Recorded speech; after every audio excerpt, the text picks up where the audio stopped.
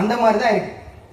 பேருந்து வசதியே கிடையாது. அவர்கள் என்கிட்ட சொன்னது, தம்பி என்னப்பா காலைல ஒரு பஸ் வரும்பா, மதியம் ஒரு பஸ் வரும், அதை விட்டா நைட்டு ஒரு 2 பஸ் ஒரு 8 மணிக்கு மேல, அக்கா அதுக்கு நடுவில் எதனா ஒன்னா ஆட்டோ வச்சுதான்ப்பா போய்க்கணும். ஆனாலும் அந்த மக்கள் தொடர்ச்சியாக திமுக தான் வாக்கு செலுத்திருக்காங்க.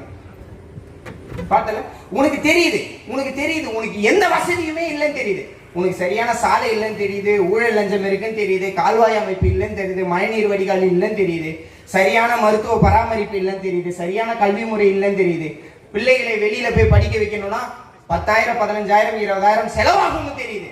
ஆனா நீ ஒரு நேர்மையான அரசியல்வாதி எதிர்பார்க்கிற, எப்படி வரும்?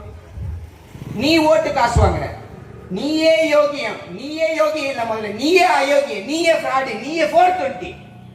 உன்னுடைய ஜனநாயக உரிமையான உங்கள் தலையெழுத்தை மாற்றக்கூடிய ஓட்டை நீங்கள் காசு வாங்கிட்டு நிக்கிறீங்க. நீயே அயோக்கியனா இருக்கும்போது உன்னை ஆளுகிற ஒருவன் எப்படி சிறந்தவனாக வருவான்?